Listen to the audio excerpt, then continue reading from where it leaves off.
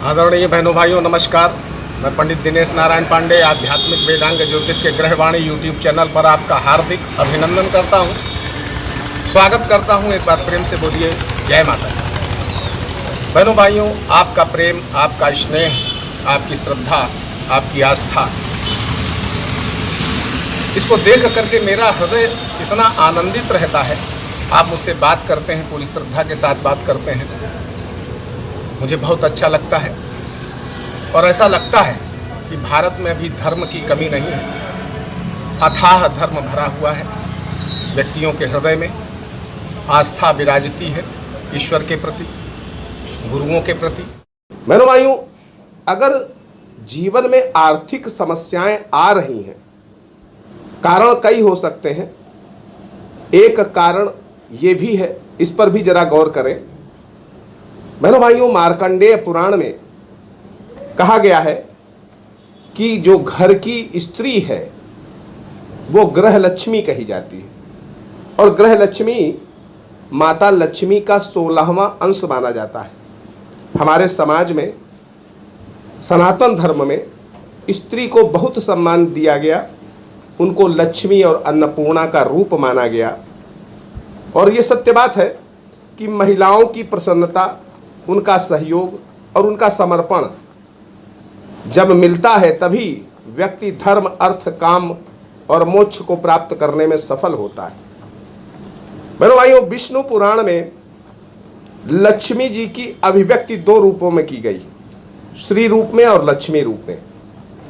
सच्चिदानंदमयी लक्ष्मी श्री नारायण जी के हृदय में वास करती हैं, और दूसरा रूप है उनका, जिन्हें भौतिक या प्राकृतिक संपत्ति की अधिष्ठात्री देवी का, इनको हम श्री देवी या भूदेवी भी कहते हैं। बहनों भाइयों, नारी में त्याग है, उदारता है, इसलिए वो देवी कही जाती है। परिवार के लिए तपस्या करती है, इसलिए तापसी होती है।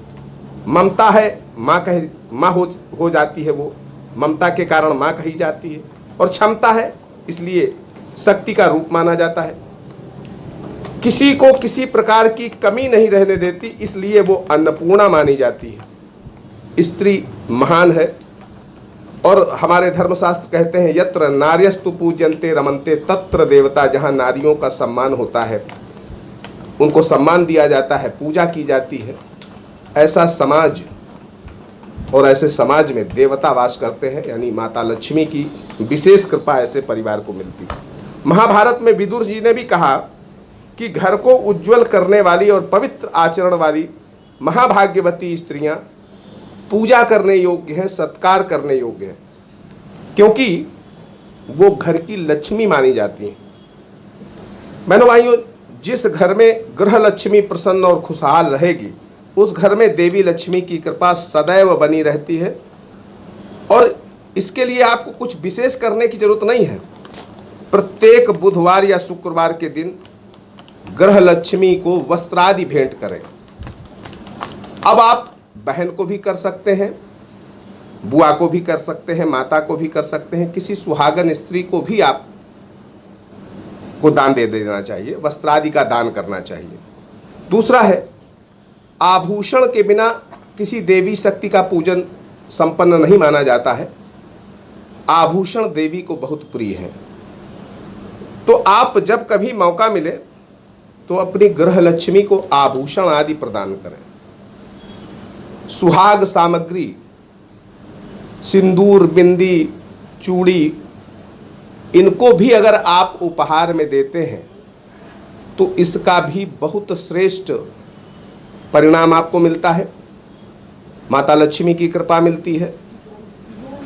और ग्रह लक्ष्मी की प्रसन्नता का जो सबसे सर्वश्रेष्ठ उपाय है, चौथा उपाय है, वो है सम्मान और मीठे बोल।